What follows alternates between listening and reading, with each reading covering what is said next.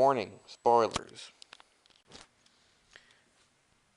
The Venom half of Spider Island begins with Flash Thompson battling Spider King.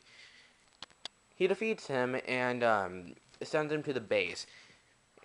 He almost, escapes and does cause some damage there, but they luckily are able to restrain him and, find out what's up with him.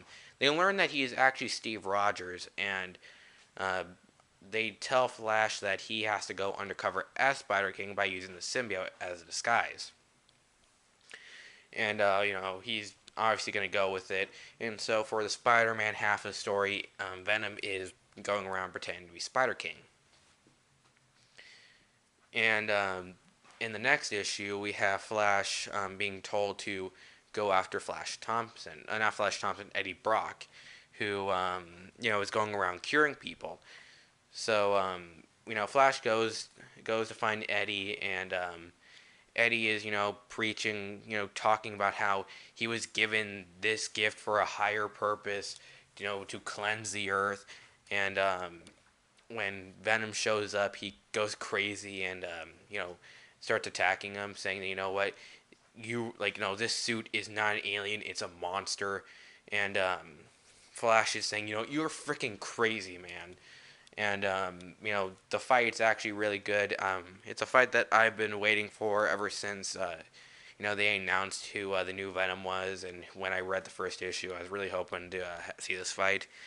Um, and it does have a really interesting ending for for Eddie Brock and also for Flash Thompson's father, which I'll talk about later. Um, then in the next issue, we have Flash Thompson, going against the Queen, who really just takes him down. Like, she's pretty hard to defeat.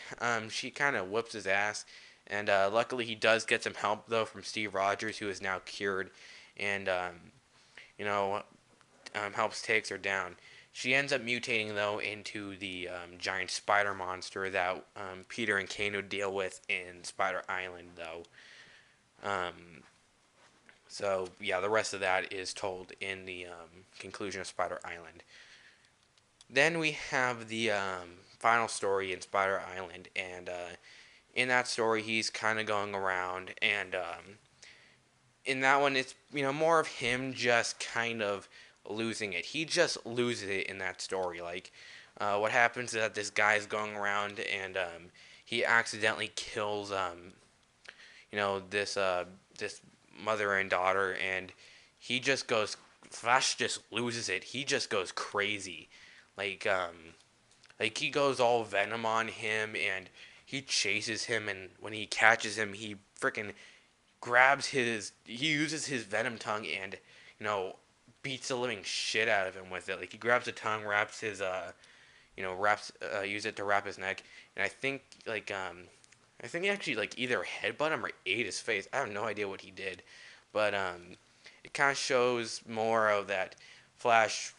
What Flash is like when he loses his temper, and if he loses control, showing that yeah, he really feels like a monster when he does this, and he hates that he has the suit, but he knows that he has to have it.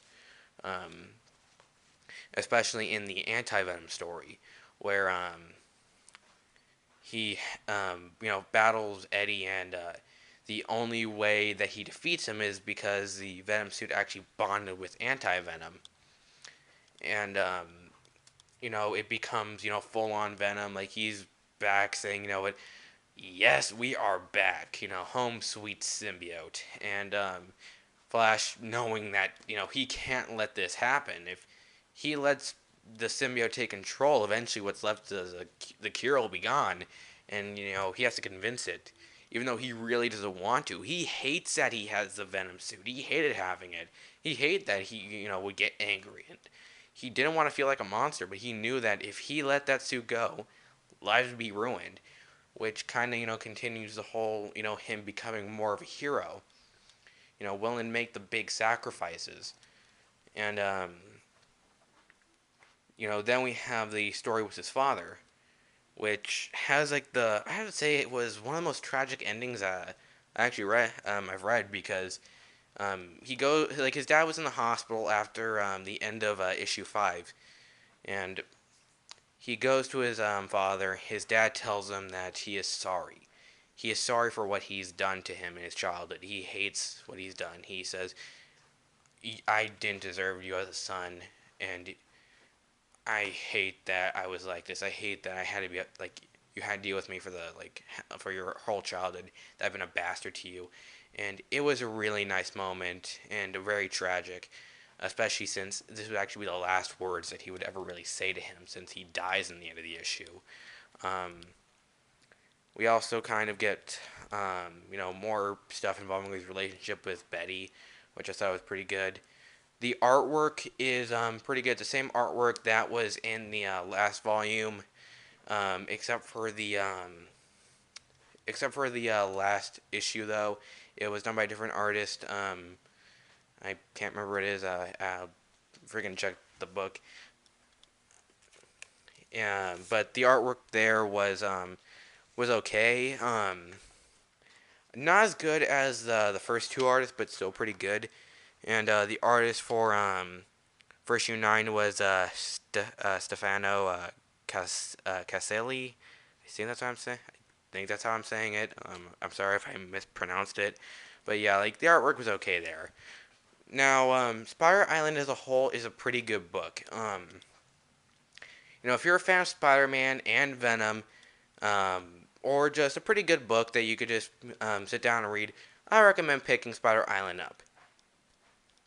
Next time, I'll be talking about the end of an era. That's all I gotta say. Goodbye.